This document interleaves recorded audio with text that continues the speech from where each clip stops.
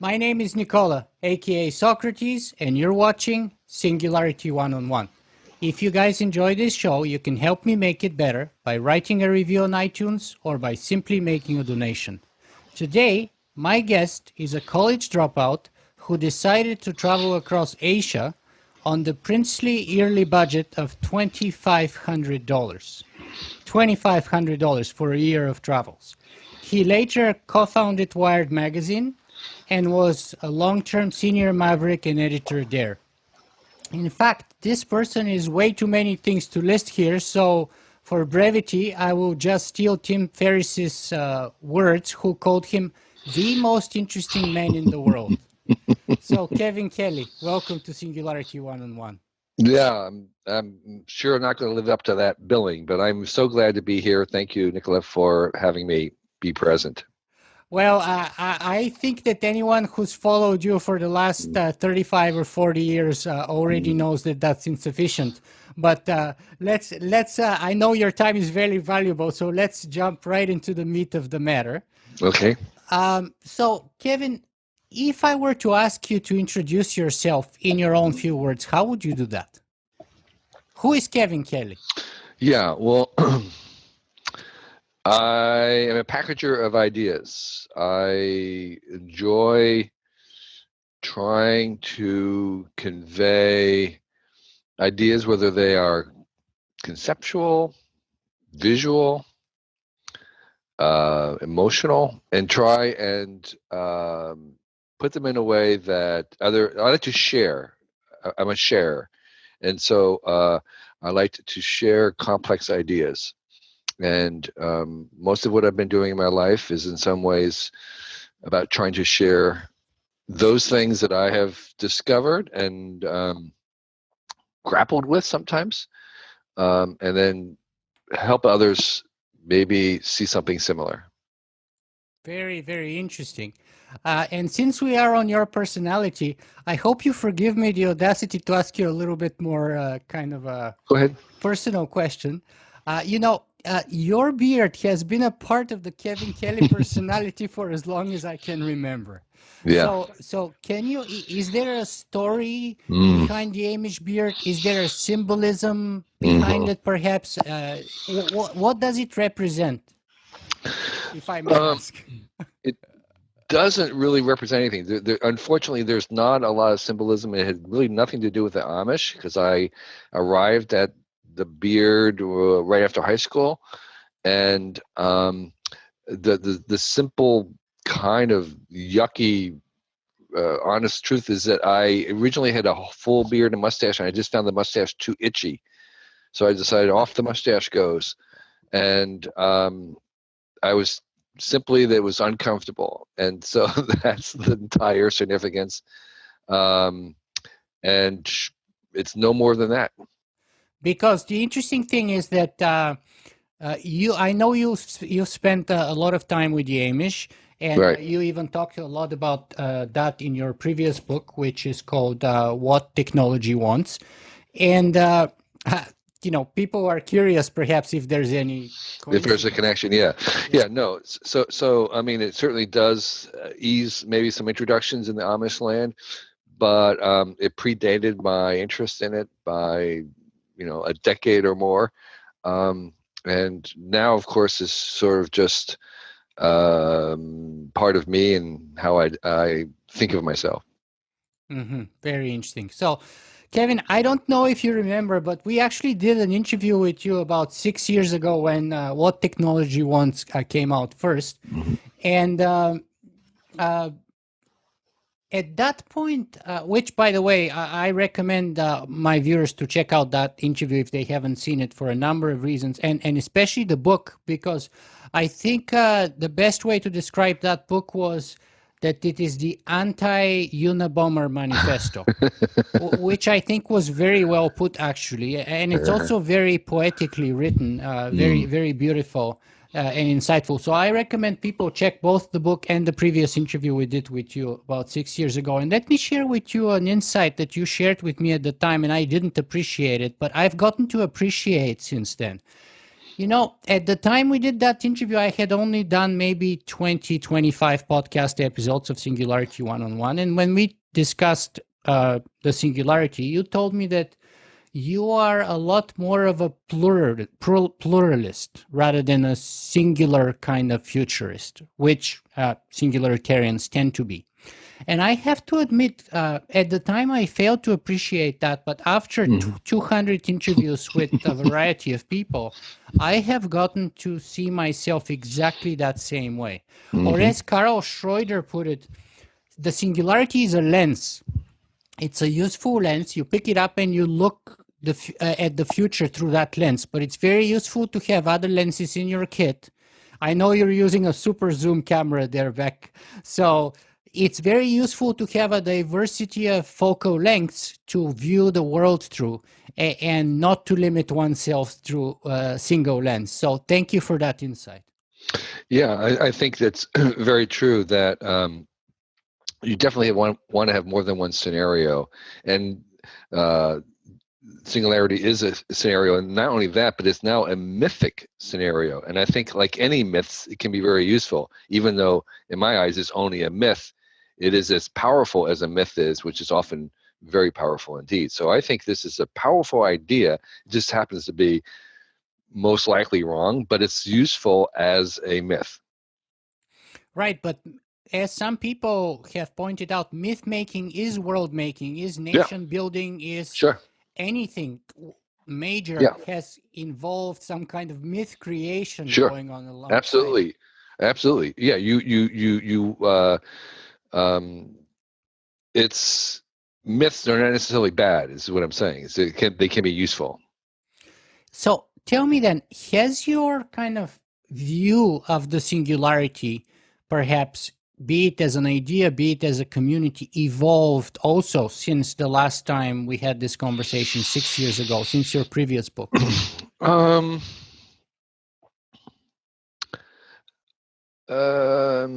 No, I mean, I might have. I think I would describe that there's various types of singularities, various definitions, and I think that the probability of a softer version of it, I call it softer. I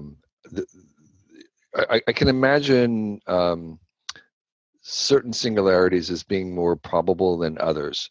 And the singularity that I tend to gravitate to as more likely is one that involves not an intelligence explosion in the terms of the way we normally think of it as AIs bootstrapping themselves into higher orders, but more of the arrival of a planetary scale intelligence that is like George Dyson describes it, the internet maybe wakes up and becomes exactly something like that.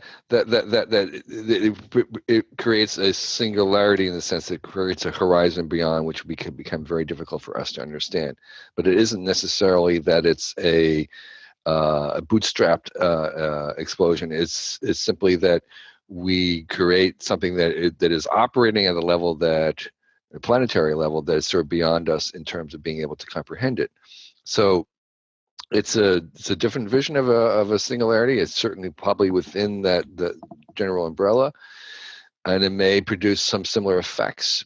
But it's that scenario to me has a little bit more life in it and viability than the classical Kurzweilian version. Mm-hmm. And why would you lean towards that scenario?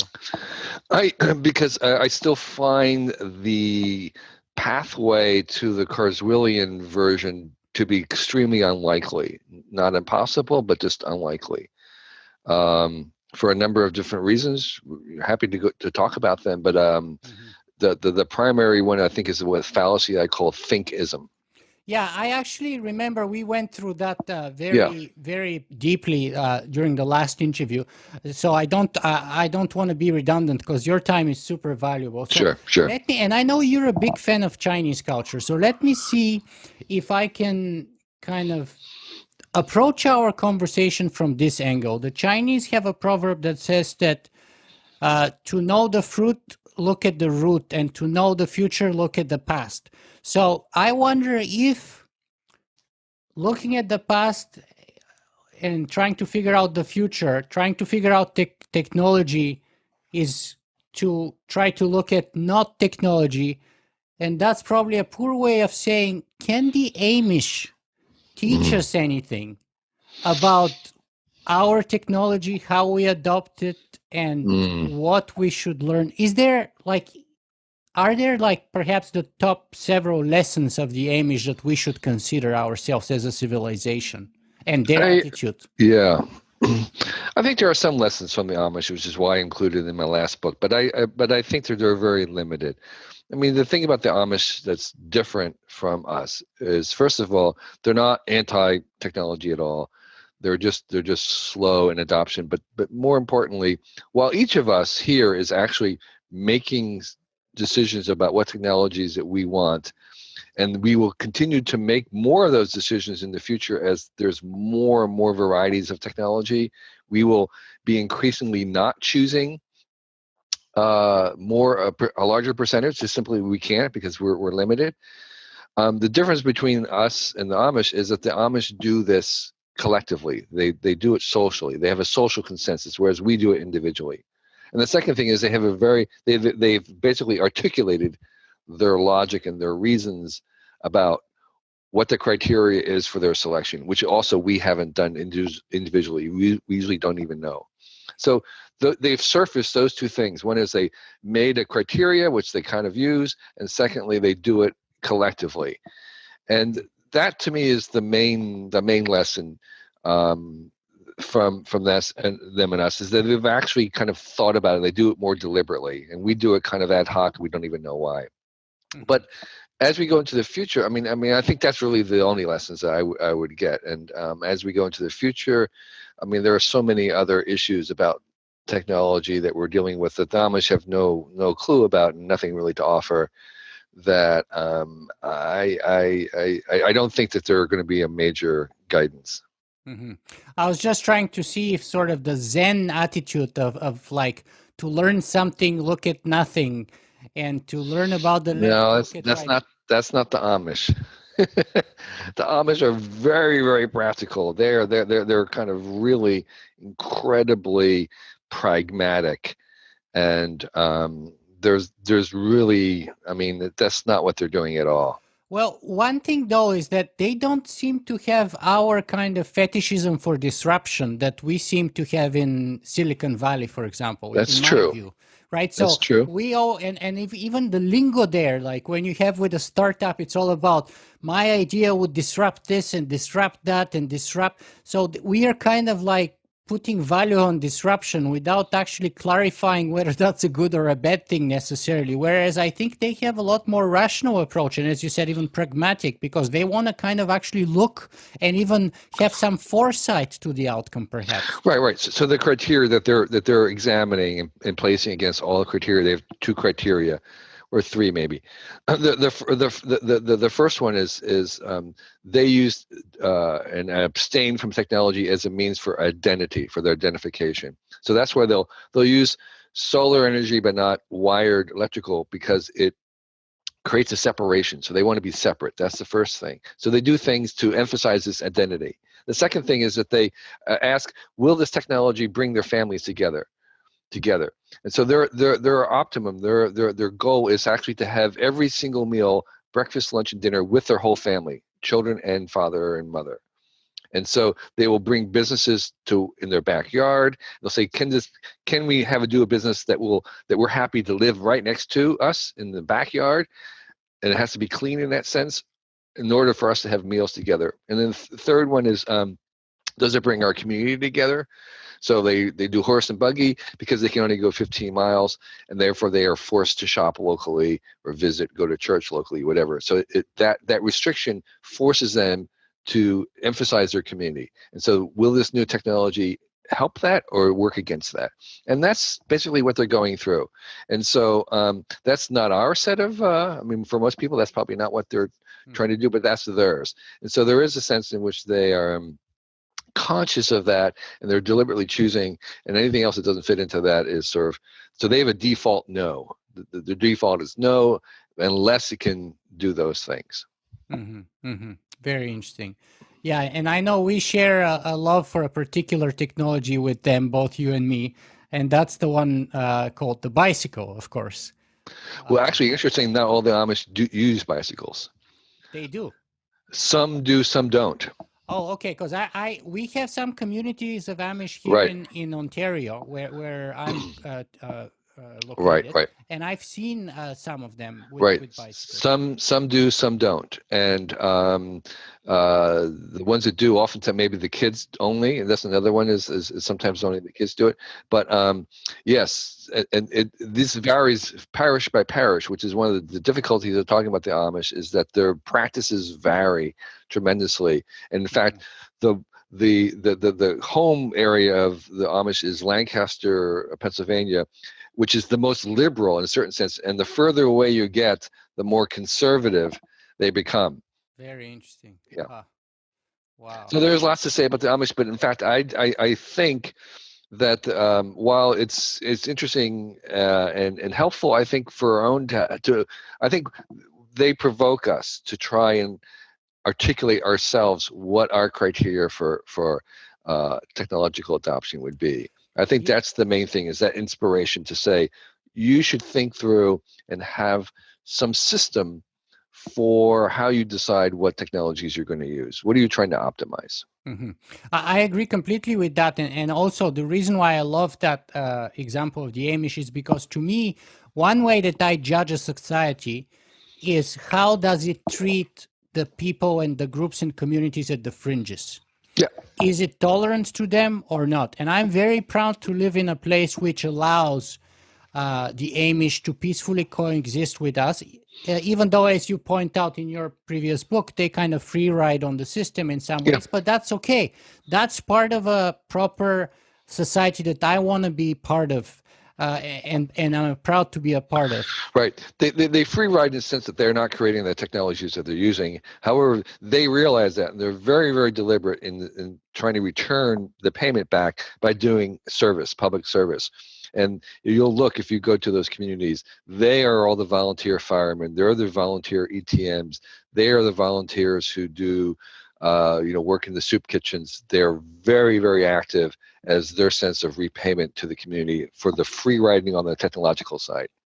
Yeah, exactly. And I hope our future would allow people to make that choice indefinitely to stay away from technology should they choose to do so. It's not going to be my choice, but I respect the right of others.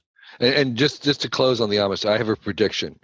And my prediction would be that in, say, 150 years maybe, that the heartland of North American farmland will all be run by the Amish.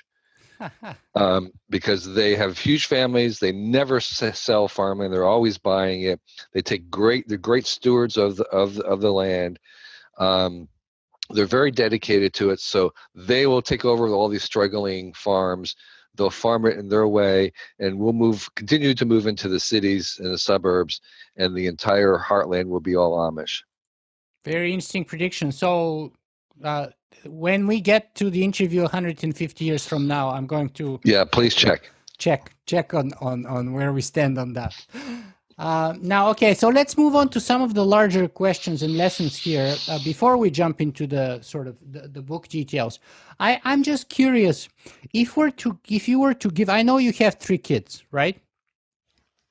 If you were to give only one thing that you can teach them, one in terms of sort of life in general, one in terms of technology, and one in terms of ethics, what would those 3 things be? Well, I think the first thing about learning is by far, to me, the most valuable skill is how to learn. Basically how to learn. And so learning how to learn is the meta skill. That's the fundamental skill that we all need into the future. And so I hope that we have been able to instill that into our 3 kids, is this uber ability to learn how to learn. And specifically, to learn how they learn. So each of us has a different mode where we learn better. And part of this is not just learning how to learn, but to learn how you learn in the best way, how they learn. So being able to tap into understanding how their own learning process works best. So that's the first skill. In terms of ethics, I think the one ethical thing that I really try to convey is I think the fundamental ethical principle is honesty, absolute honesty. That so much of trouble and other ills of the world stem from not being honest, and honest in the broadest sense of being transparent, being clear, being authentic, not fooling yourself. It's not just not lying. It's all these other things about really being upright in a certain sense, and that if you're not honest, these other many other ethical things are just really hard to do. How do you teach your kids to be honest? First and foremost, by being honest with them. Kids are really good at learning from example. They basically do what you do, not what you say. And so it's not by telling them, it's by being honest ourselves. And that's, so we are, so one of the things, I mean, this is a minor thing, but for me it was a big thing. We never told them about like Santa Claus or anything. We didn't try, we didn't work against it, but we didn't do it because I didn't want to ever be accused of like deceiving. Mm-hmm. So we didn't say very much about it. We didn't talk him down, but we never said that he was real. And so I never wanted to have my kids not be able to understand that we weren't being honest with them. But that's just a tiny thing about, just a tiny example. So being honest with them is the way.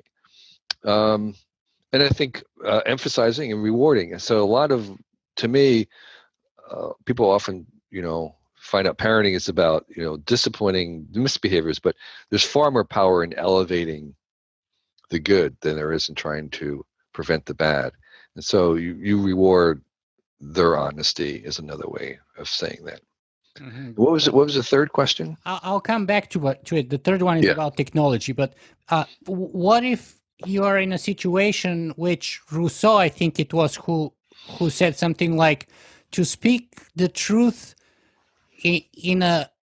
amidst madmen is madness, or something of that sort. To that effect. You mean should you ever lie? Is that the question you're asking? The question is, in a situation where everybody's lying, Rousseau says it's kind of crazy to say the truth.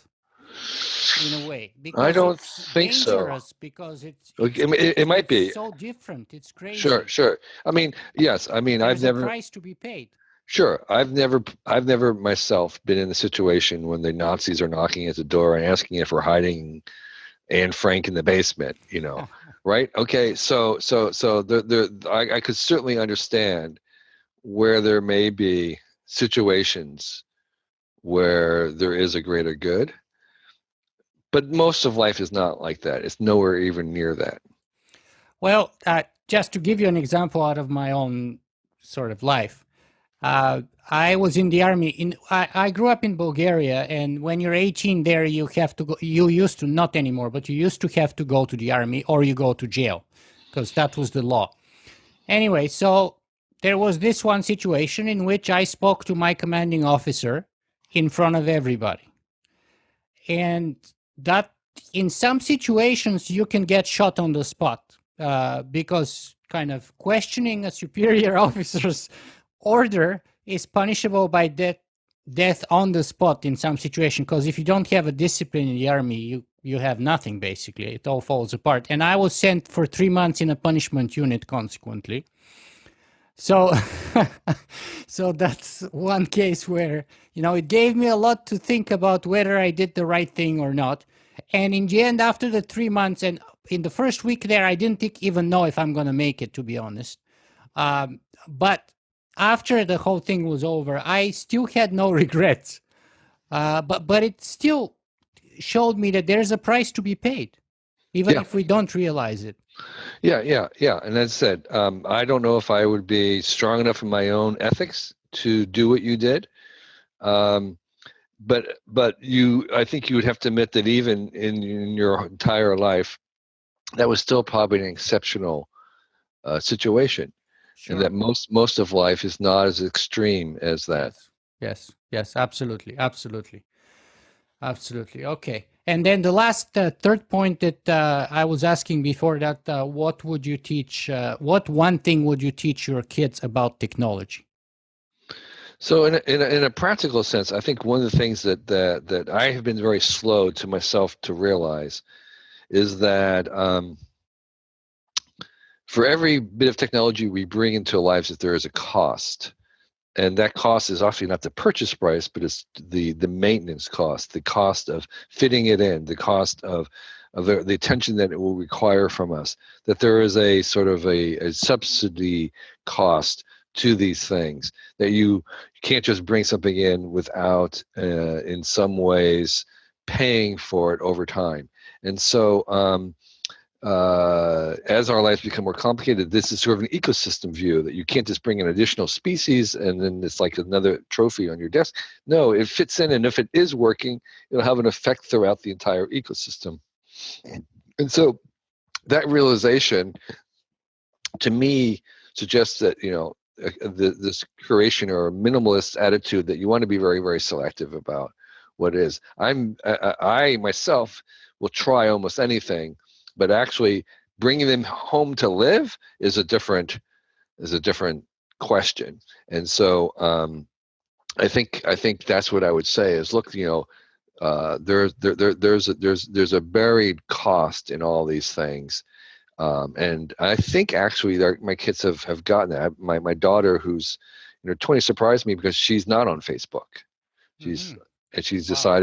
decided that cost was not something she wanted to do. She's actually not on any of the social media. And she's working in a hip San Francisco startup, and she's not on the social media. And so, we also grew up without TV, so that's, I think we were kind of showing, there's an advantage to this, but there's a cost to that, and we're not going to pay the cost.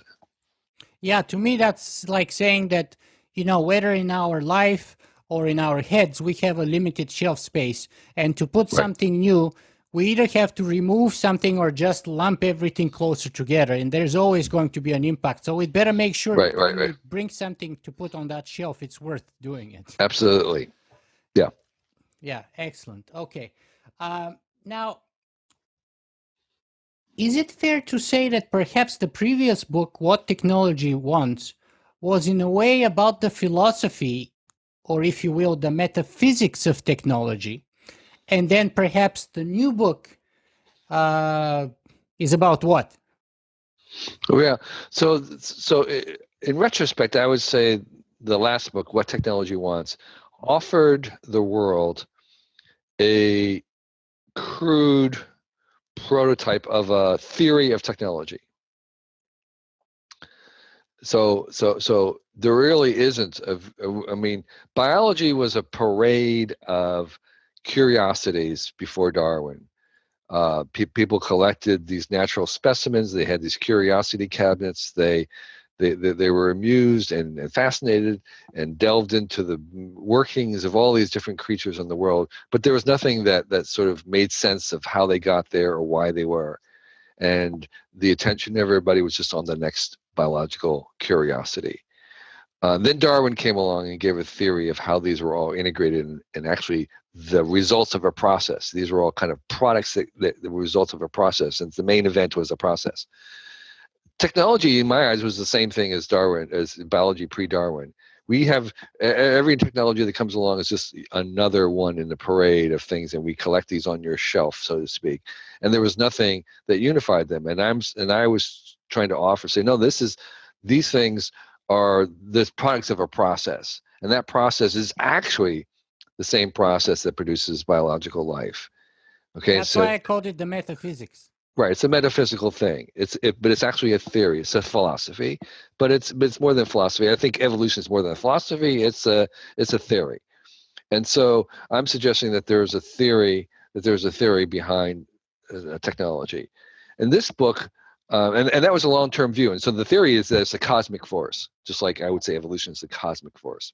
Mm-hmm. And so I'm saying the origins of technology is not like in our own brains. It's actually way deeper. It's back to the Big Bang. Mm-hmm. This book is not as cosmic. It's saying, if you just let's just look at how that plays out in the next 30 years.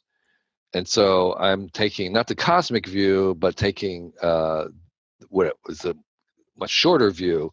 Is still long term for us, but it's the shorter view of saying specifically how would these trends these trajectories I talk about, how would they be in finer resolution operate in the next 30 years?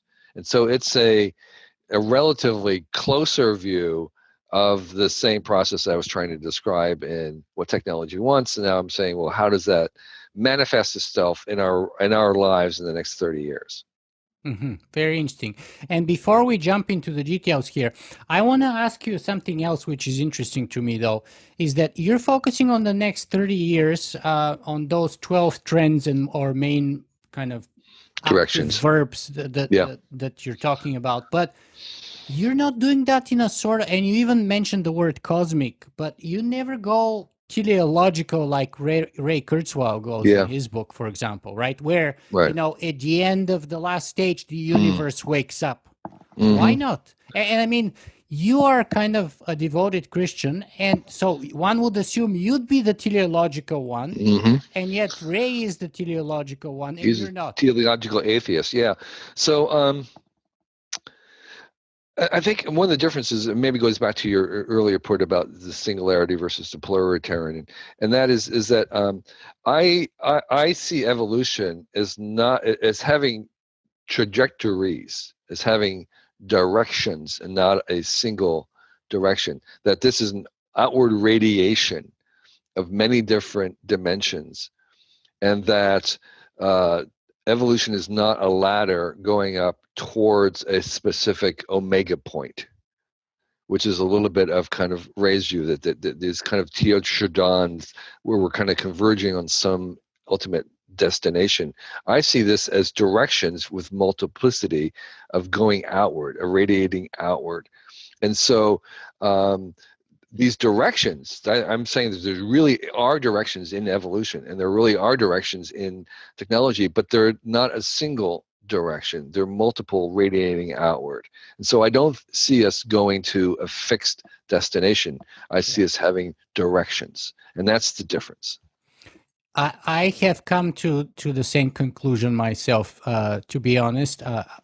It took a while, mm-hmm. but this is precisely where I find myself sitting today.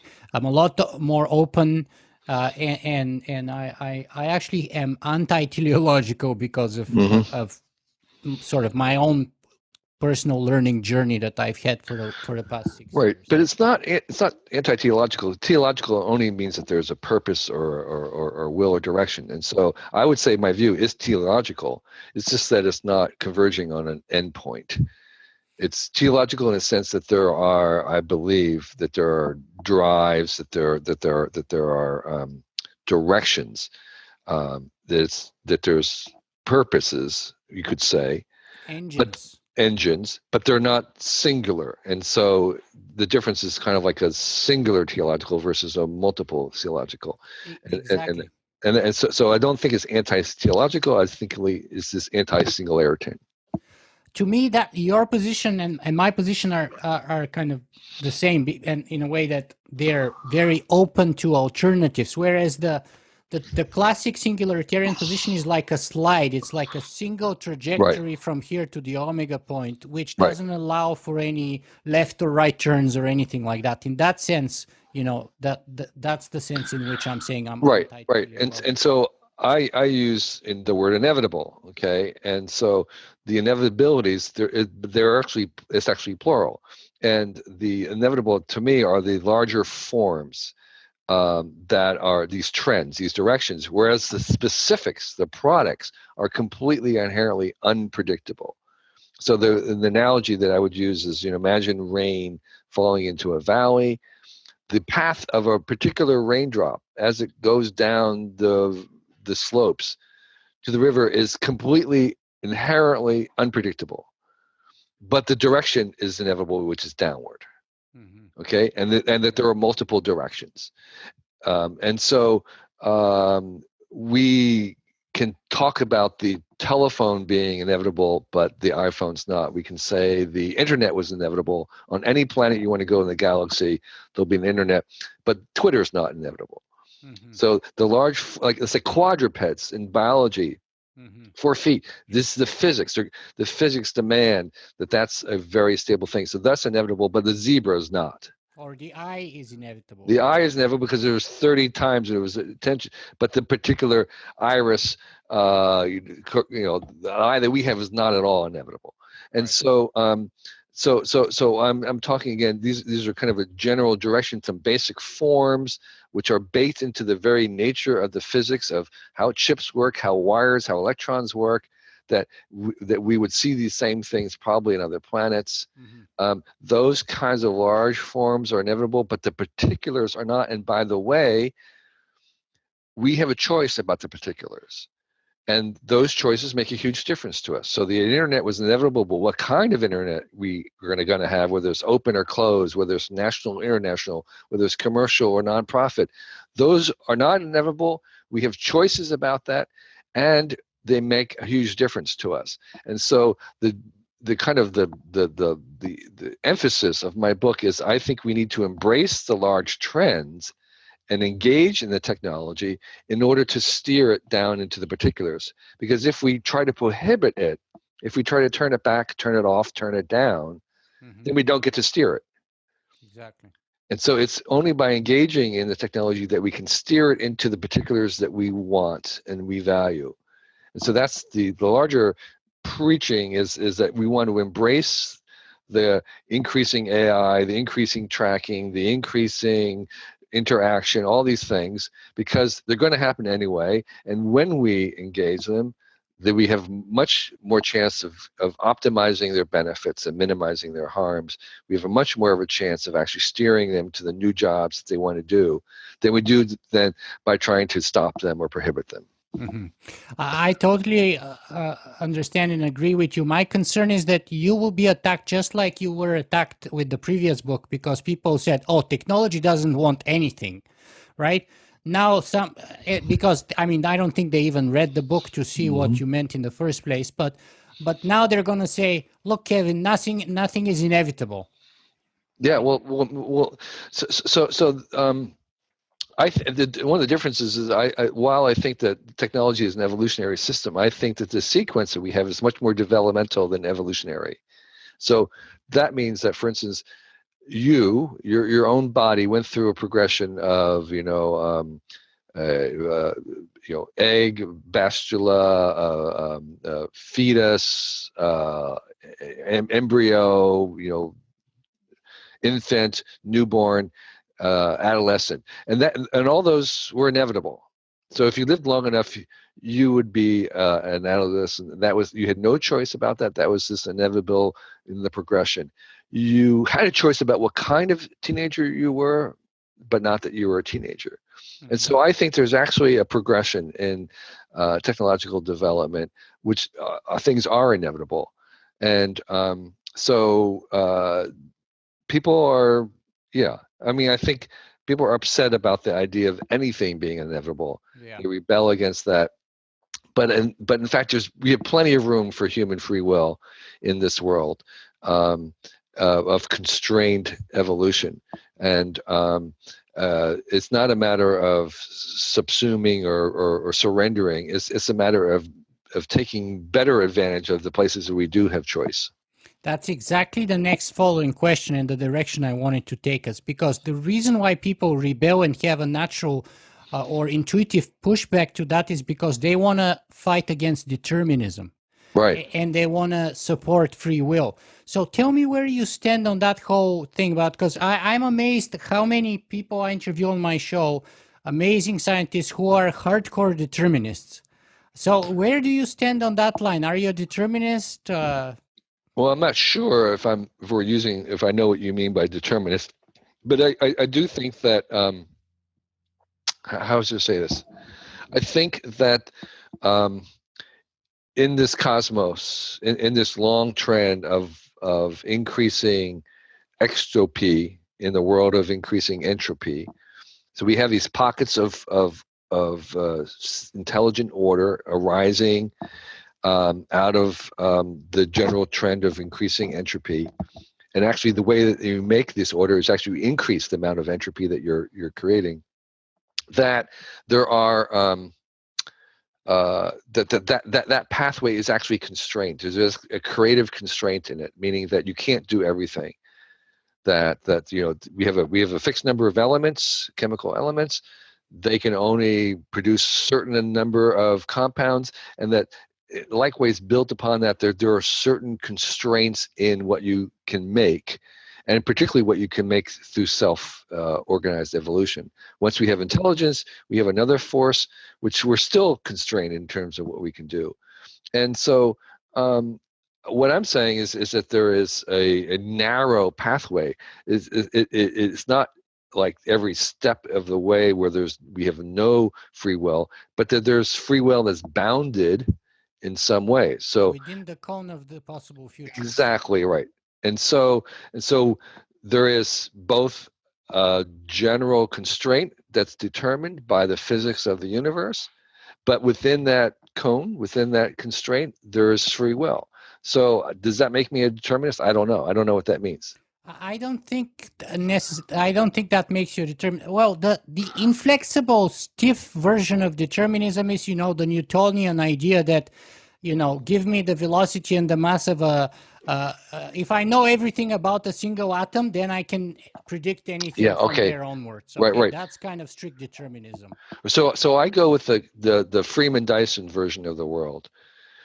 And he contends, and he's not the only one, but there's a subset of physicists who contend that the cosmic decay, the cosmic spin, that it actually is not a random event, that it's actually an act of free will, that the likelihood does not resemble the total randomness, is not a choice. It looks more like it's choosing to.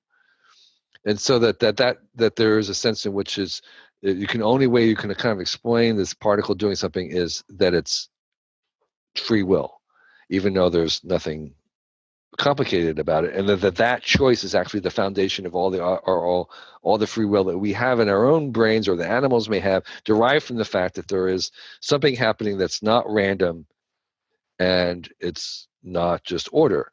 So they would attribute the occurrence of free will in us as the fact that this actually exists before us, and that we are compounding it in some ways. And so I take that view, that the source of our free will is actually, again, a cosmic force that we're amplifying, and all large systems amplify, that they, a lot of natural selection and all these kinds of things result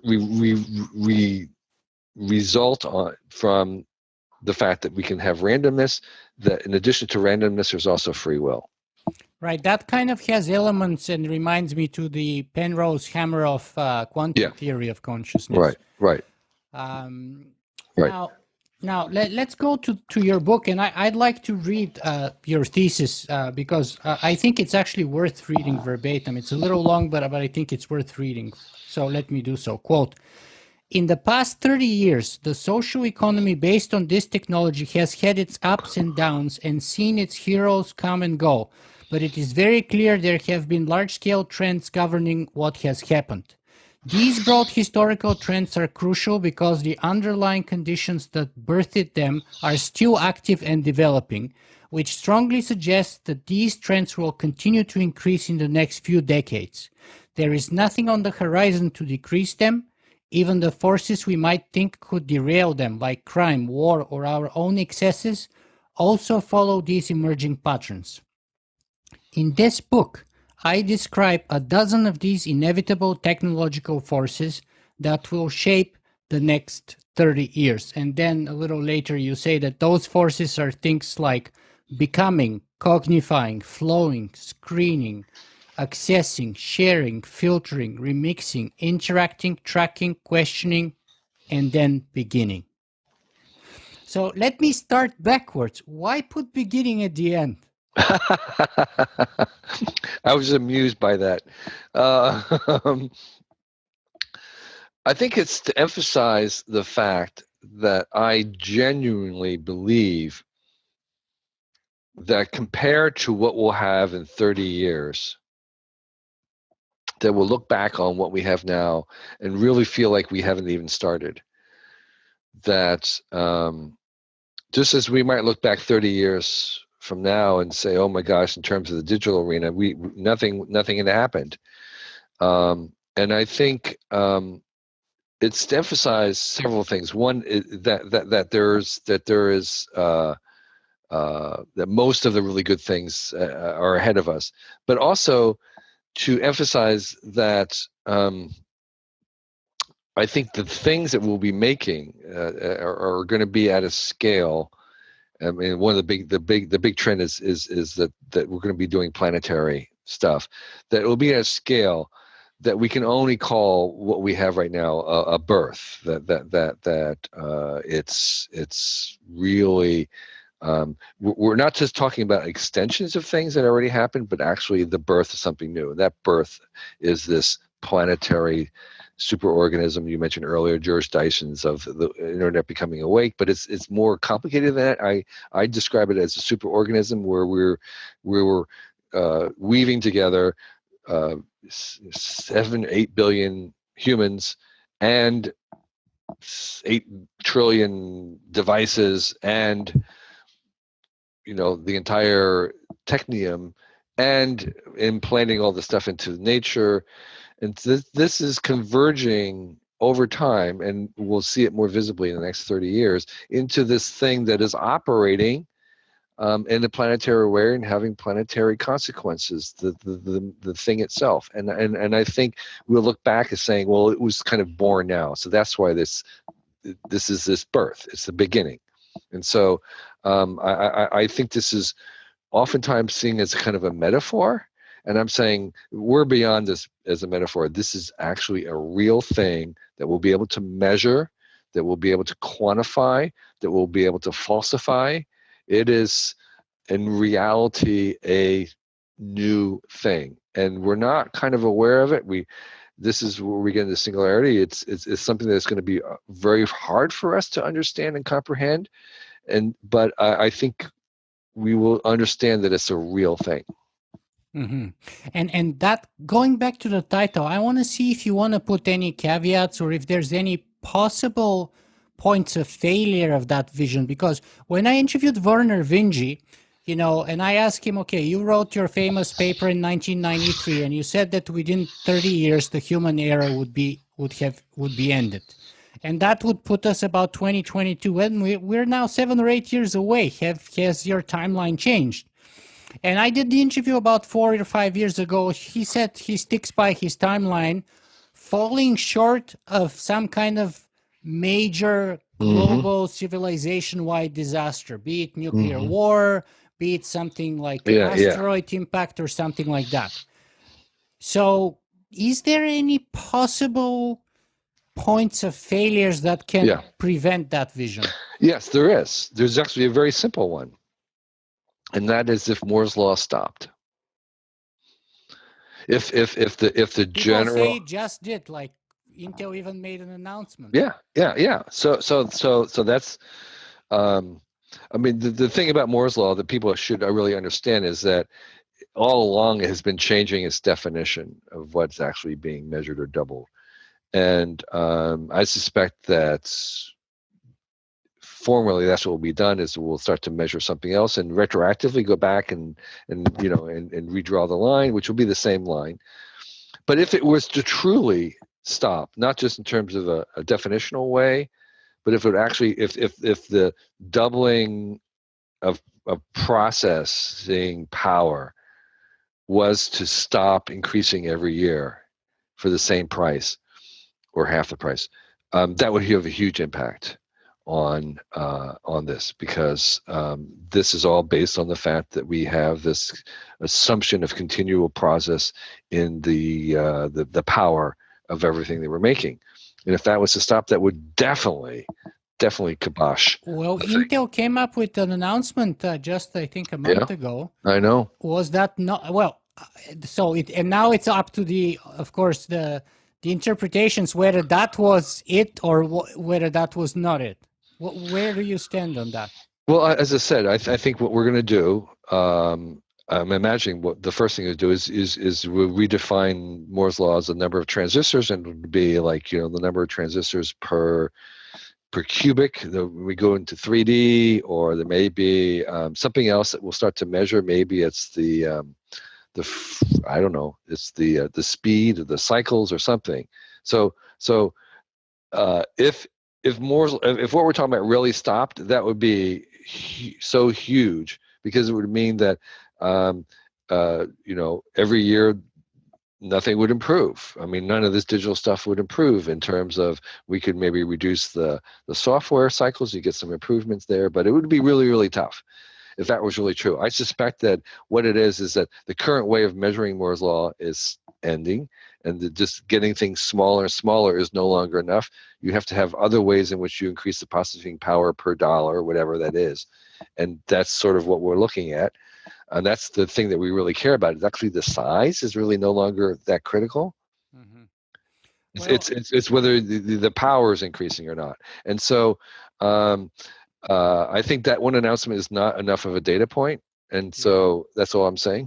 And to be fair, with that announcement, they were kind of delaying rather than negating Moore's law. In other words, it's not 18 months, but like 24 or 36 exactly. months. Exactly, right. That. But then people are saying, even I think Michio Kaku, whom I interviewed on my show, was talking that once they reach the 5 nanometer scale, then you have other things like leakage and the Heisenberg uncertainty principle and all kinds of issues arising. They're already at 12 nanometers or something. Right. So we may be at the limits of how small you can make it, but there are other ways to increase the power per dollar than just going smaller. You can start to stack up in 3 dimensions. You can shift to quantum. I mean, there's just so many things. So I'm very. I think that one data point is not enough to say that I'm talking about Moore's law in the broader sense of the doubling of power per dollar, and that. If that was to stop, we would really have to change our view of the future. Let's look at the exactly opposite possibility now, because interestingly, Google also just a few months ago came up with an announcement about their D-Wave quantum computer. Right. And they said that they have proved that it's 100 million times faster than von Neumann architecture classical computers. Sure. Yeah, so we could have this huge boost, and everything is going to go even faster. Exactly. In which case, I don't. Yeah, I mean, I'm sure it's a different problem. I suspect we'll go in the same directions we have been. I mean, if we had 1 million times more power, would that change anything I said? I have to think about that. That'd be a good 100 question. million. And 100 million. Yeah. In your book, you're talking about how but you're talking about how quantitative change beyond a certain point becomes a qualitative change. Right. There's a factor of a trillion. Of water and stuff. From ice into liquid. Well, no, actually, there's another part of the book, which is this idea that 1 trillion times anything is qualitatively different. So, a dust mote is unseeable, unweighable, doesn't make any difference. But if you have something trillion the time of it, that's the size of an elephant, which has all the impact in the world. And that things.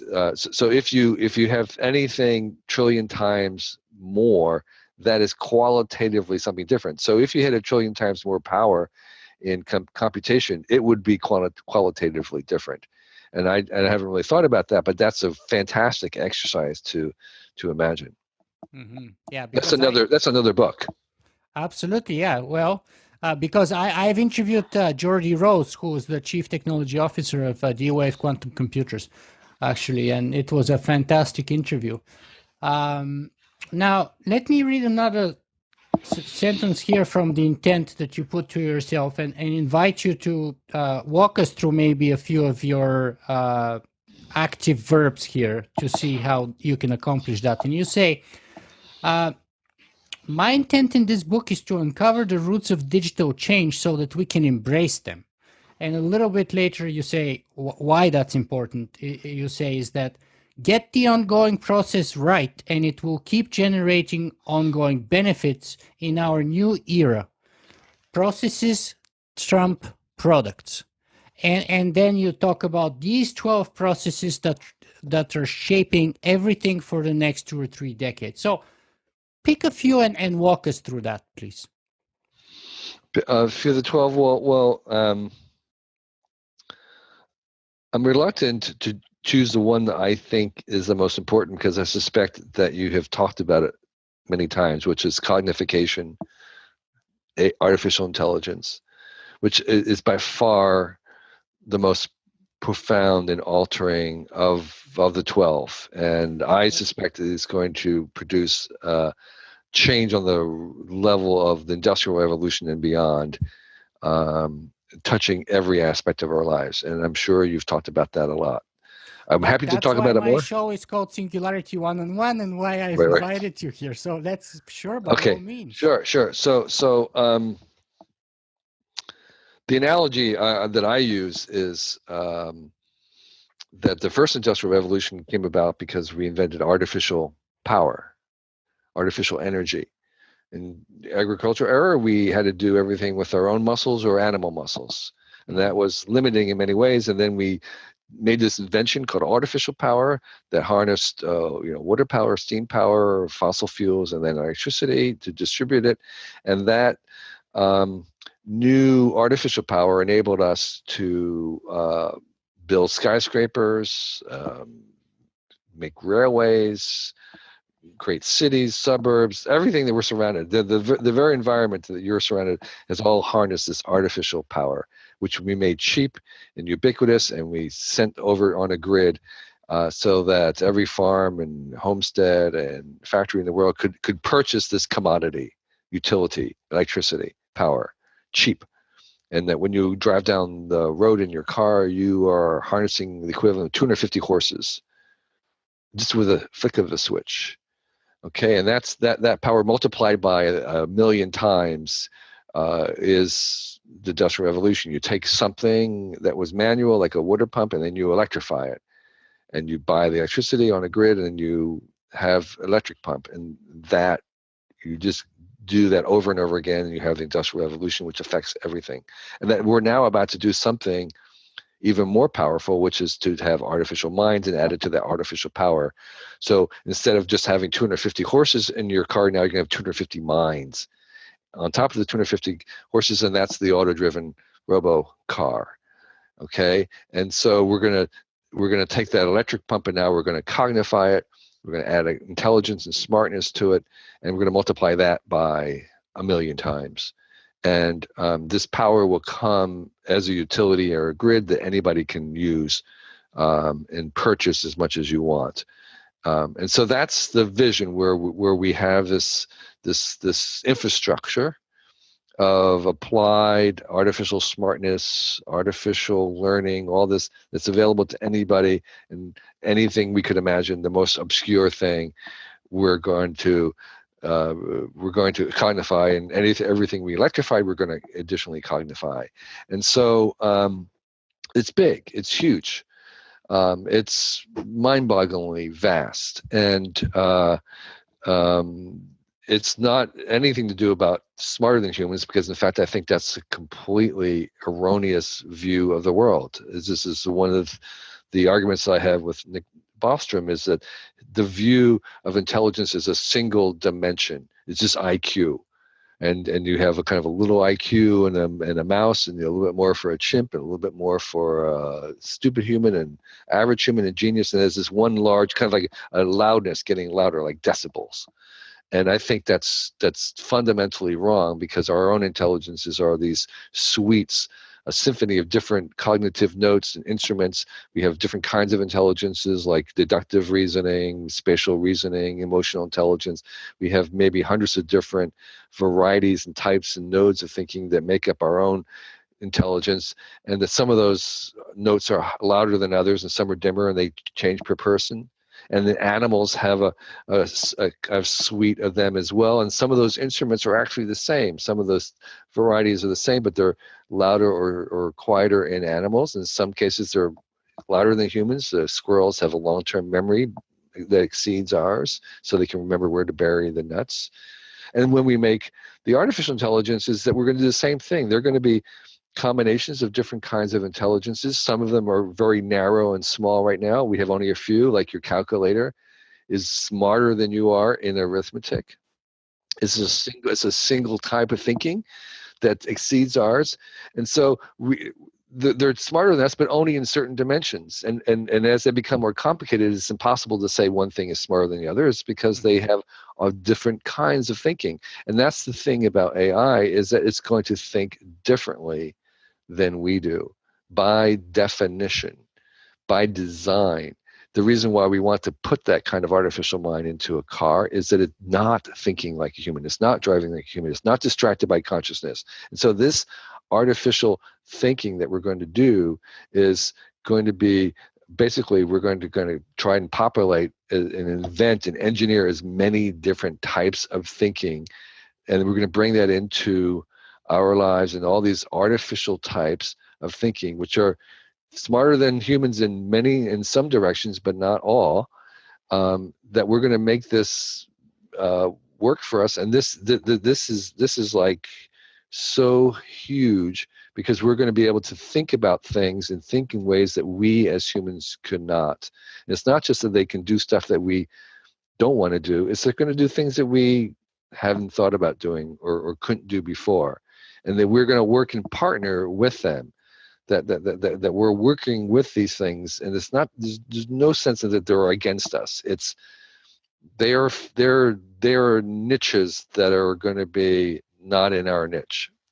Let me just stop you here for a second, because I think what you just did was perhaps the best kind of argument against Nick Bostrom's kind of visual tool that he uses so far, where he takes a straight sort of linear historical evolutionary line, and he puts sort of the chimpanzees or the great apes, and then what he calls the village idiot, and then the genius, and then all the way to the right he puts artificial intelligence, and he shows the small gaps between the village idiot and the chimp and the genius, and then AI is all the way on the other side. And you're showing, you're saying we cannot put them on the same linear graph because it's a lot more multidimensional and complex. Yeah, right. It's a hugely complex dimensional, high dimensional matrix. And here's one of the things is that, and this is another argument, is people say, well, human intelligence is a general purpose intelligence. That's also fundamentally wrong.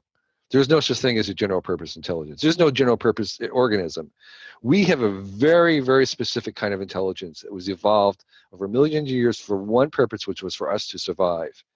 And that when we start to populate this world of all possible intelligences, we'll discover that our intelligence is way off to the corner, just like we're in the corner of the galaxy. I call that the coming Copernican revolution in intelligence, where we understand that there's not a general purpose intelligence.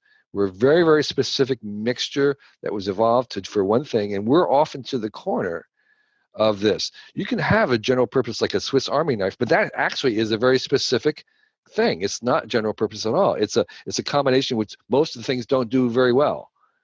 There's an engineering trade-off. There's always engineering trade-off. If you want to do something that's sort of round or general, you have a cost for that, and that's not in the center.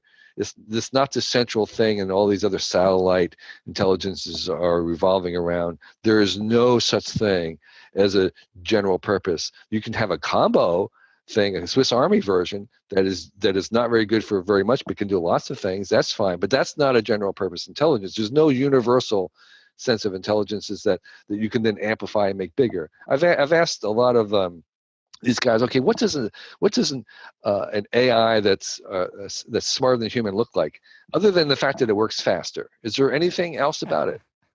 And you know, I think it's they can't answer that, because they would have to say, well, it thinks differently. And as soon as you start to map things as being different, you realize is this idea of smarter than humans is just a fallacy. Okay, it's not useful because, as I said, right now your calculator is smarter than you are, and we're not talking about that. Mm-hmm, mm-hmm. So then, how should we reply to very smart and well-known people such as Dr. Hawking, Elon Musk, who Right, called right. AI like summoning the demon, Bill Gates, Steve Wozniak, a bunch of others who are warning us of the dangers of AI?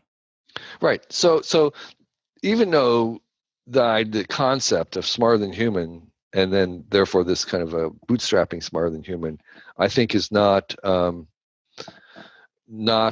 valid. It doesn't mean that there aren't worries or concerns. And so I think that the we could certainly and have to imagine the scenario that sort of there's some rogue planetary scale AI that decides to off humans. Okay, that is a scenario that I think has a likelihood greater than zero. I think is very, very, very, very small, but has to be on the on the block, and they would say that's an existential Threat. even though that's maybe as likely as getting hit by an asteroid or whatever it is. It's there, so you have to be concerned about it. I don't think you have to be worried about it, but we should be concerned about it. But I think it's a very, very low probability, and I would say that there's other things to worry about that are a lot closer, more immediate, and higher probability. And so we Like should what? focus on it. Well, for instance, I think one of the things that we don't fully appreciate is that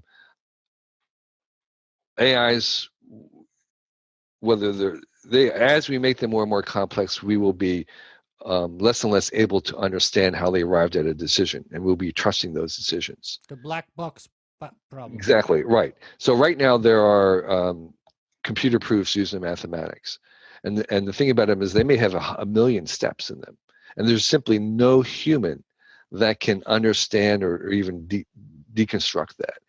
And so the idea is if we believe in every step of the way, then we have to kind of take that proof at face value. So you have this AI that's proving this thing that we can't understand. Do we accept that proof or not? And if we accept it, the problem is we have to accept the fact that we don't have access to that. And there are going to be AIs in which they're making decisions that we won't be able to unravel. And the issue is that they may at times be prejudiced. They may actually make decisions in ways that say we don't approve, but we will be unable to even determine if they're prejudiced or if they're biased or if they have something baked into them. And how to deal with that is going to be a huge challenge. And so that's a real problem that's within 30 years that we have to address. And I think there may be technological solutions to that. We may be able to, I think this is what a consciousness is. This is something, it's a tool that goes in that tries to surface some reasoning. So we may need another kind of AI that's actually going in, looking at AI and see if it can resurrect or unravel what the logic is. And so, but I think it's going to be an issue where we're going to have things in our lives and making decisions that we don't have access to. That is a potential societal issue. Mm-hmm. Yeah, and I interviewed David Ferrucci, who was the team leader behind Watson, and he told me, I have no idea why Watson got this one right and this one wrong. Right. Like I really don't know. He told me. So, yeah, this is a good example indeed. Let me walk you through a couple of your other points, though, and or one other, and then we'll go to my most favorite one personally. But first, tell us, what is it that you call protopia, and why is it important? Yeah. So I make it clear that I'm not a utopian, and everybody knows what utopia is. This is kind of place where there's extreme harmony with technology and with the society infrastructure, and there's a sense in which there is a stasis in some senses, a harmony. I guess is the best word. And I don't believe that that's possible, and I don't even think it's necessarily desirable, at least for me. I don't think it's possible because I think every new technology creates new problems. almost as many new problems. And It's that a most full of, package. yeah, right, It right. comes with it. And most of the problems we have in our society today are actually have been caused by past technologies, and I think that most of the technologies today will problems in the future will be caused by the technologies of today. And so so I don't think utopia is, because the more technology is, the more new problems there'll be. I'm a protopian because I believe that the solutions to the problems that technology generates is actually more technology, more and better technology. So it's not by having less technology, it's by having more and better. And which, of course, then would just generate new problems. And the solutions to those new problems is more and better technology. So that is this sense of which you have a process, and it's ongoing and it's never stopping. And I think the total result of that is that if we can create even 1% more than we destroy every year, that we get progress and we get civilization compounding that 1% difference. So I'm saying is that the difference between the problems and solutions may be an infinitesimal 1% that's not even visible. You may look around and it's hard to see that 1% difference, but it's there. And that 1% difference compounded annually is what we get out of progress. Okay, so there is a net gain. And the reason why I'm optimistic about that is simply because of history. Because for the past 200 years at least and more, we have incrementally gained on every metric that you want to measure that humans care about. We have slowly crept better, but not by much, but we don't really need much to compound over time. So that is protopia, where we are incrementally creeping towards betterment. It's not very fancy. It doesn't make very good movies. It's boring in many ways, but that is the foundation of what we have that we're resting on today. But some skeptics will disagree with you. Will say, Kevin, look, we have less fish today in the oceans than we've had 200 years ago. We've had less biodiversity than we've ever had. We are in actually the midst of a new extinction.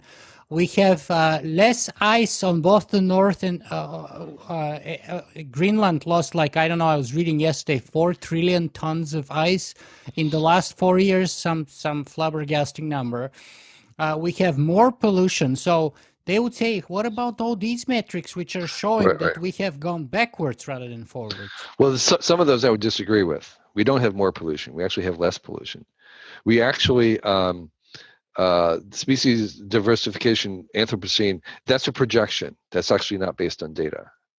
Okay? And I know this because I ran and started this thing, the All Species Inventory. So we average one species per year, the loss, one. That's documented. I mean, if you're looking at the data, if we're going to take the data is that on average for the past 2,000 years, we've lost one species. Okay, so and then we have a lot of new tools called genetic rescue, and we're trying to resurrect some of the extinct species. And so, again, if you just look at the data so far, there isn't an Anthropocene extinction.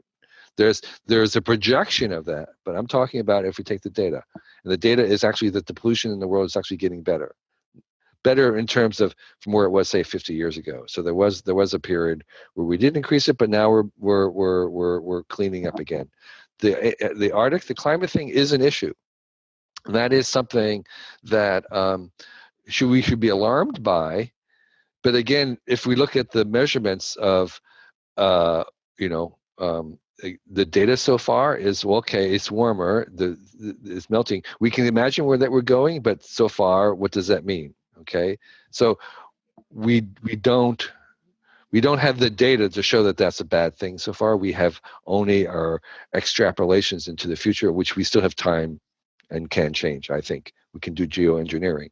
So I'm saying that I'm optimistic because of history. It's possible that everything could change, but the probable statistical analysis is if for 200 years it's been getting better every year, it will probably continue. It doesn't mean that it has to, but it means it probably will. Kevin, we only have maybe about 9 or 10 minutes left. So my favorite of those 12 things that you have there on the list, and I'm not saying it's the most important, it's just my favorite, is what you call questioning, or what Yeah. I would call asking questions. So talk to me a little bit about that, and tell me first, do you think that there is a difference between asking questions and questioning? And if it is, there is, what is it? Is it important, or is it just semantics? Yeah. I don't think there is a big difference, at least in my mind. The way I was using it included asking questions. I think the basic framework is that we're getting very good. Technology is very, very good about answering questions. So Google answers 1 billion questions a day. You can kind of extrapolate that into the future. But what's interesting about those questions is that most of those questions 30 years ago had never been asked because there was no chance of answering them. So these were questions that nobody even knew wanted to be asked. And this is, for me, a great example of how technology creates new desires. Now we would feel incredibly frustrated if we couldn't ask those questions. Imagine if Google and the internet would go away. You'd say, well, how would I answer? How would I answer all these questions I have every day? And you would say, you don't. That's where we were. And so, so I would say now, like, if you want an answer, you ask a machine. Because as we imagine this technology and AI going into it, there'll be increasingly better answers, more accurate, more easily gotten, and more of them going forward. And they're basically, free to some extent. Therefore, as these become abundant, I think we switch to seeing our role is not in answering questions, but in fact, asking questions, the questionings. And these become more and more difficult. And it's part of this whole general process that what automation is good for is in things that are doing things that are efficient, doing things more efficiently, more productivity. So any kind of a process, a job, a task that can be defined in terms of efficiency is something that goes to the robots. And what we're left are the things that are not very efficient. And fundamentally, exploring is inefficient. Innovation, which is a type of questioning, is inefficient because it has failures. So you're asking, what if? What if I do that? What if I could do that? Can I do that? These are all questions that are at the heart of innovation. And that is fundamentally inefficient because you have dead ends. You have things that fail. You have things that are going in the wrong direction. If you wanted to be 100% efficient in innovation, you just do the same thing over and over again. Same thing with science. Science is inherently inefficient because it's strung on a string of failures after another. It's experimental. Exploration. Human relationships are fundamentally inefficient. What are we doing? I mean, we're just not accomplishing very much that is efficiency. So we are moving into this area, which will be our strength, which is asking good questions. And we can talk about what makes a good question, but that's where our strength is right now compared to the machines. And that's what's going to become valuable. So it's not a good answer. It's a good question that will be most valuable. Excellent. And I would like to read here three points quickly. And the first one goes like that. So, at the end of the day, a world of super smart, ubiquitous answers encourages a quest for the perfect question. What makes a perfect question? Ironically, the best questions are not questions that lead to answers because answers are on their way to becoming cheap and plentiful. A good question is worth 1,000,000 good answers. A little bit later you say, a good question is not concerned with a correct answer. A good question cannot be answered immediately. A good question challenges existing answers. A good question is one you badly want answered once you hear it, but had no inkling you cared before it was asked. And so on and so on. And I have to say, we are kindred spirits on this very much, because that's why I call Socrates, who is the man with the questions, and who is known for not knowing anything other than knowing that he doesn't know, and for asking good questions, hopefully.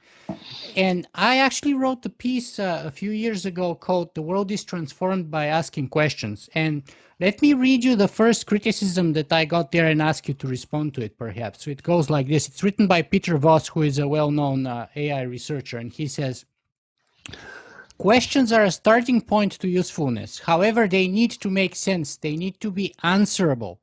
Without good questions, you spin your wheels. Then without acting on your answers, you're wasting intelligence and time. But the key is they have to be answerable.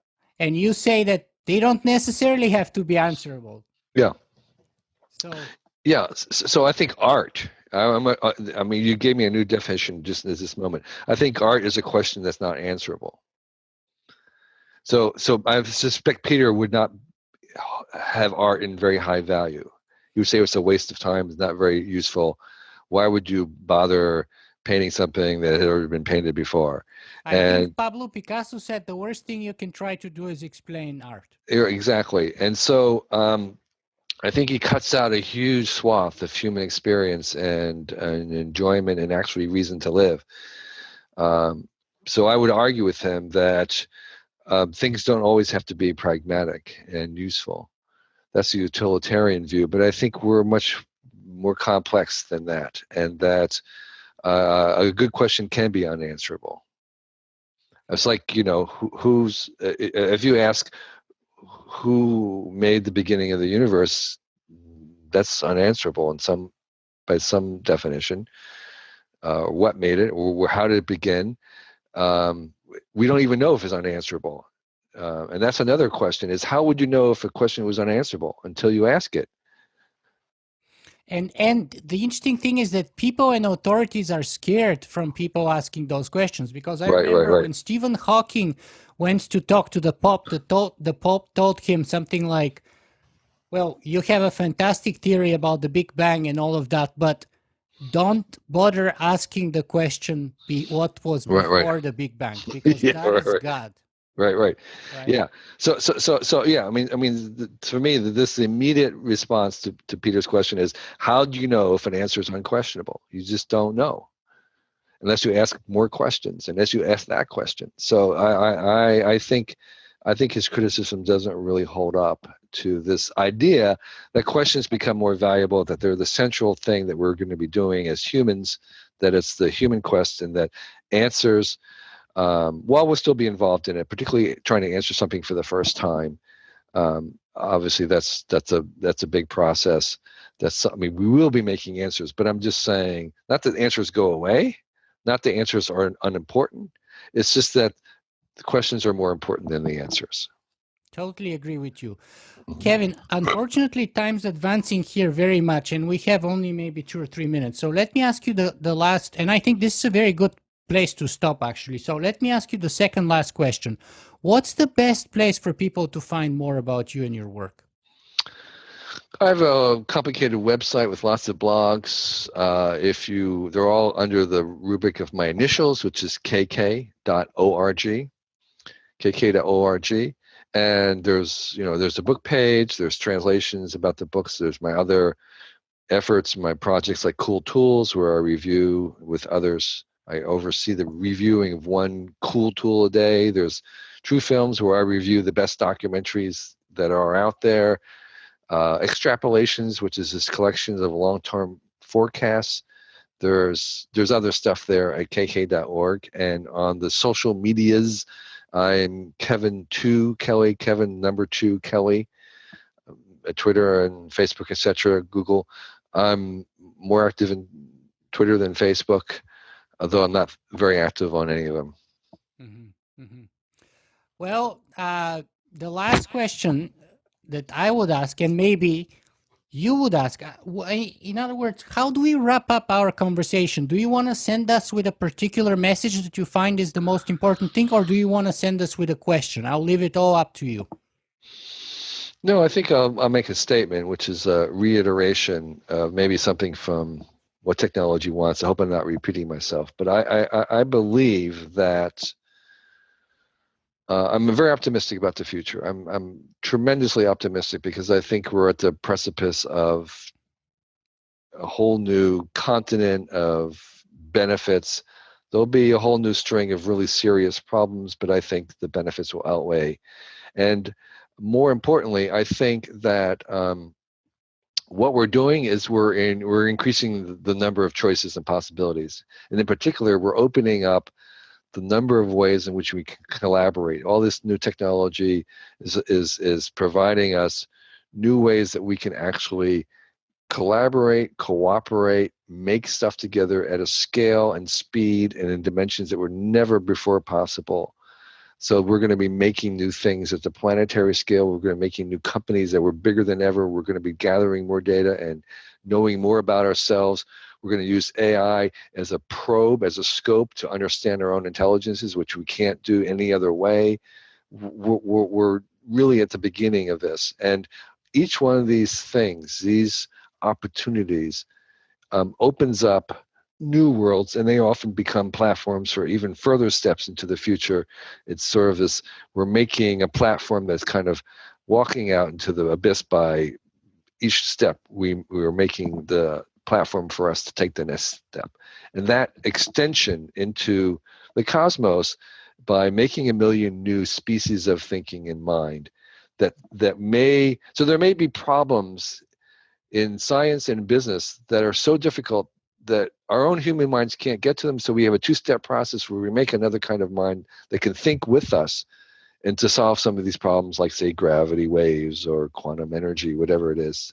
And that experience of making all these things, of making even consumer things. So if you're involved in making something, whether it's grand or a small device or an app, it doesn't matter. You are participating, I think, in the long arc of technology, which is to increase the possibilities and options in the world at large, making more and more possible for every human on this planet to have a chance to express their genius in some way and to share it. And we have lots of basic stuff. We want to have the technologies of clean water, universal education brought to everybody. That's a fundamental thing you need first. But in addition to that, we want to open up the possibility space so that every person born, not just now, but in the future, would have the chance to find some instrument or tool or technology to allow them to express their genius and to share it with others. And that's what we get out of making more technology. That's what we get out of embracing all this stuff.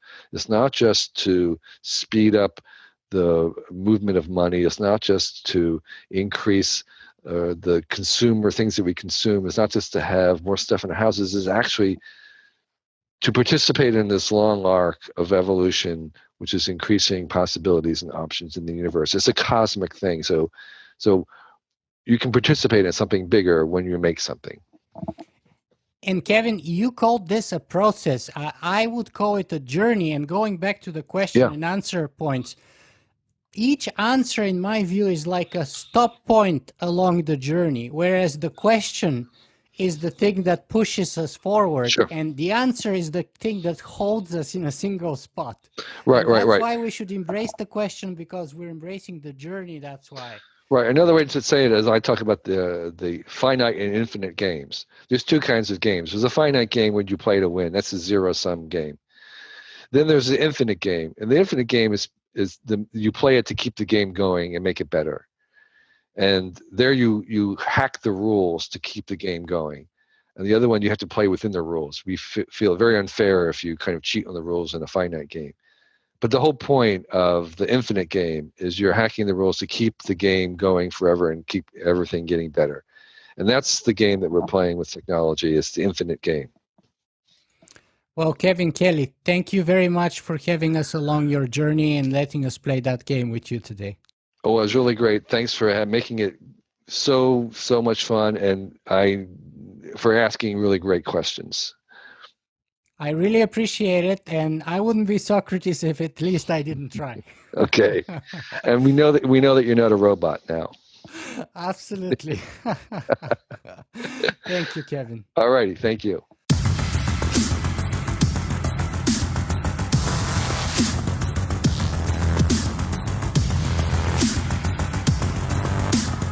If you guys enjoy this show, you can help me make it better in a couple of ways. You can go and write a review on iTunes, or you can simply make a donation.